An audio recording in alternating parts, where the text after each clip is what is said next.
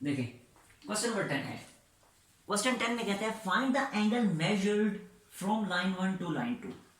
कहता है लाइन 1 से लाइन 2 के दरमियान जो एंगल बनेगा। अब ये इन अल्फाज पे गौर करें, फ्रॉम लाइन 1 टू लाइन 2। तो फ्रॉम लाइन 1 टू लाइन 2 का क्या मतलब है कि एंगल स्टार्ट लाइन नंबर 1 से हो रहा है और एंड हो रहा है लाइन नंबर 2 पे। तो जब ये फार्मूला यूज करेंगे तो स्लोप पहले किसकी लिखेंगे, फिर लाइन नंबर 2 की पहले लिखेंगे, क्योंकि एंगल लाइन नंबर 2 पे जाके एंड हुआ है। अगर ऐसा कहता ना कि फ्रॉम लाइन 2 टू लाइन 1, तो फिर लाइन 1 की स्लोप पहले आती। ठीक है। अच्छा खैर देखें जरा, कहते हैं आपने एंगल फाइंड करना है फ्रॉम लाइन 1 टू लाइन 2। तो देखें लाइन 1 की कोई इक्वेशन नहीं दी हुई, लाइन 2 की कोई इक्वेशन नहीं दी हुई, लेकिन हमें पता है कि एंगल फाइंड करने के लिए हमें स्लोप्स की जरूरत पड़ेगी। स्लोप्स के बगैर हम एंगल फाइंड नहीं कर सकते इन दोनों लाइनों के दरमियान। तो कैसे फाइंड करेंगे हम स्लोप्स? लाइन नंबर 1 के दो पॉइंट्स जो हमें गिवन है, तो इन दोनों पॉइंट्स पे स्लोप वाला फार्मूला लगाएंगे तो लाइन नंबर 1 की स्लोप आ जाएगी। इसी तरह लाइन नंबर 2 के दो पॉइंट्स गिवन है, इन दोनों पे स्लोप वाला फार्मूला लगाएंगे तो लाइन नंबर 2 की स्लोप आ जाएगी। जब दोनों स्लोप्स आ जाएंगी, फार्मूला के सामने लिखें, यूज करके स्लोप एंगल फाइंड कर लेंगे। ठीक है, तो मैं करके दिखा देता हूं। देखें लाइन नंबर 1 की slope m1, y2 minus y1 यानी -5 y2, आगे माइनस y1 यानी माइनस इंटू माइनस 1 जो कि बनता है +1, divided by x2 minus x1 यानी 3, और आगे माइनस x1 यानी माइनस इंटू माइनस 9 +9, और ये स्लोप क्या आ जाएगी -4/12, क्योंकि सिंप्लीफिकेशन के बाद बनेगा -1/3। तो ये स्लोप आ गई हमारे पास लाइन नंबर 1 की। अब जरा देखें लाइन नंबर 2 की स्लोप क्या आएगी, m2। अब m2 क्या होगा, फिर वही देखें y2 माइनस y1 यानी -7 divided by x2 minus x1 यानी -6 -2, जो कि बनता है -14/-8, और कैंसिलेशन के बाद बनेगा 7/4। ठीक हो गया। अब हमारे पास स्लोप्स आ गई, तो अब एंगल फाइंड कर लें। Now required angle is, theta का नाम दे दें रिक्वायर्ड एंगल को, तो बनेगा tan theta is equal to, formula apply करना है तो फार्मूले में फिर क्वेश्चन पे गौर करें। कहते हैं find the angle from line 1 to line 2। Angle जाके क्योंकि लाइन 2 पे जाके एंड हो रहा है तो लाइन 2 की स्लोप पहले लिखी जाएगी, तो ये लिखा जाएगा m2 minus m1 divided by तो बहुत सिंपल है, फिर m1 m2 या m2 m1 लिख दें, फर्क इससे कोई नहीं पड़ना। अब इनकी वैल्यूज पुट कर दें। m2 की वैल्यू है 7/4, तो ये लिखा 7/4, माइनस का साइन। m1 की वैल्यू है -1/3, यानी ये माइनस और वो माइनस मिलकर +1/3 बनेगा, divided by 1 plus m1 m2। m1 की वैल्यू -1/3 और m2 की वैल्यू 7/4। ठीक हो गया।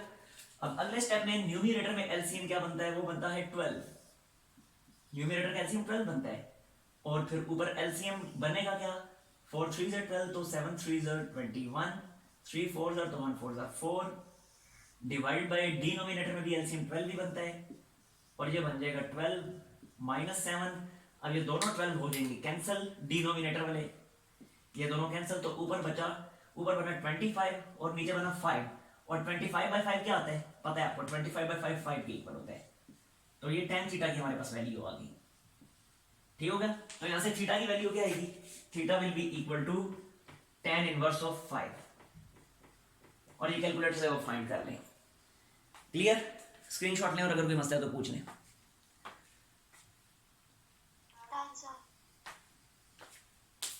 हो गया हमारा। अच्छा ऐसी पार्ट बी इसका कर लेना आप लोगों ने। नेक्स्ट है question number 11, find the interior angles of triangle whose vertices are. Interior angle find करने ट्राइंगल के, इंटीरियर एंगल फाइंड करने तो फिर सेम यही फार्मूला यूज होगा। ठीक है, चलिए मैं करके दिखा देता हूँ आपको थोड़ा सा।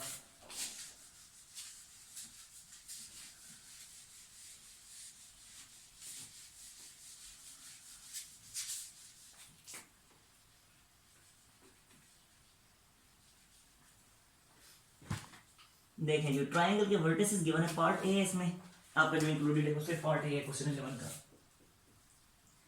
ट्राइंगल के वर्टिसेस हैं, वर्टेक्स ए है 2 -11, वर्टेक्स बी है -6 -3, और वर्टेक्स सी है 4 माइनस 9। ठीक है,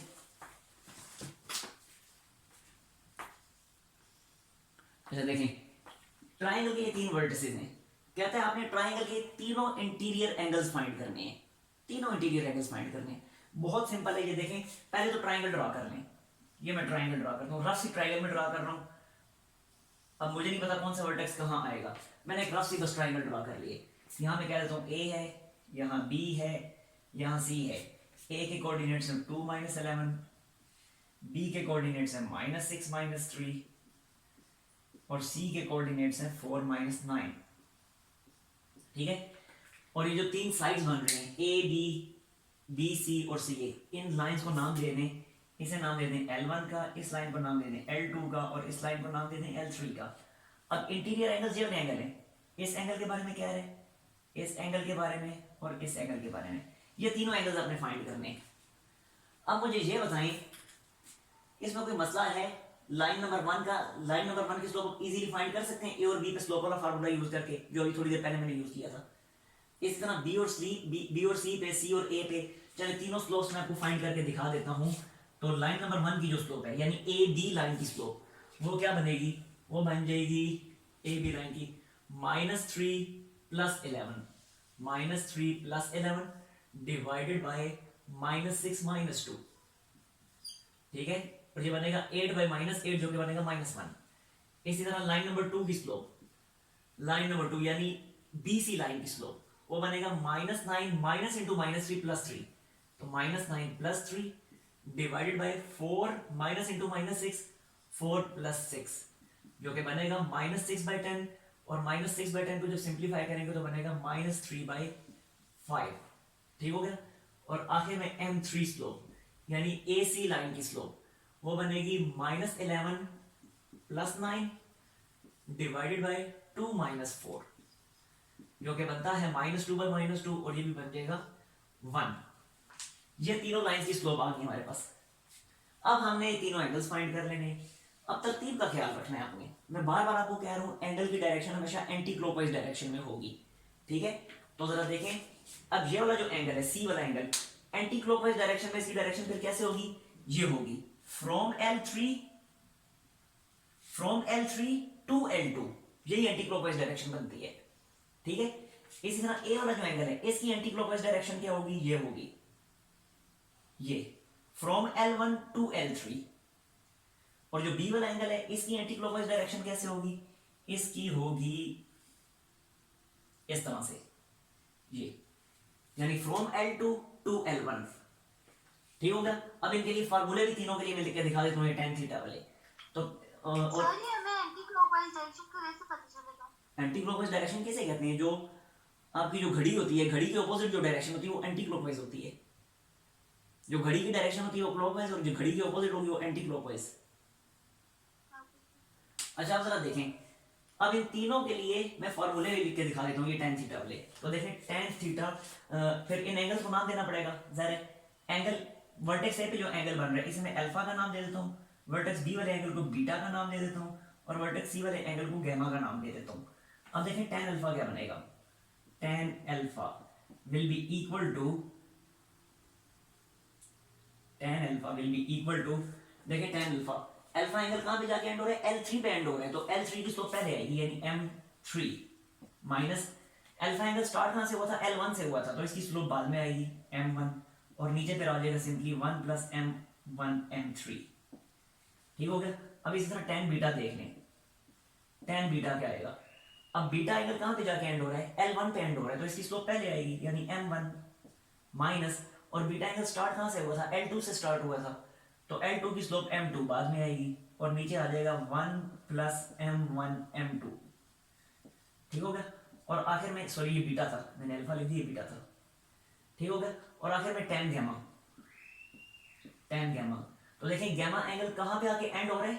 L2 पे आके एंड हो रहा है, तो L2 की जो स्लोप है M2 वो पहले आएगी, माइनस का साइन, और ये स्टार्ट कहां से हुआ था? L3 से स्टार्ट हुआ था, तो इसकी स्लोप M3 बाद में आएगी, और नीचे आ जाएगा 1 + M2 M3। ठीक है। अब सिंपली M1 M2 M3 अपने फाइंड किए ही हुए, वैल्यूज पुट करें, और अगले स्टेप में tan को उधर जाके इन्वर्स करके अल्फा बीटा गैमा फाइंड करनी है। स्क्रीनशॉट लें और अगर कोई इशू है तो डिस्कस कर लें। Done sir.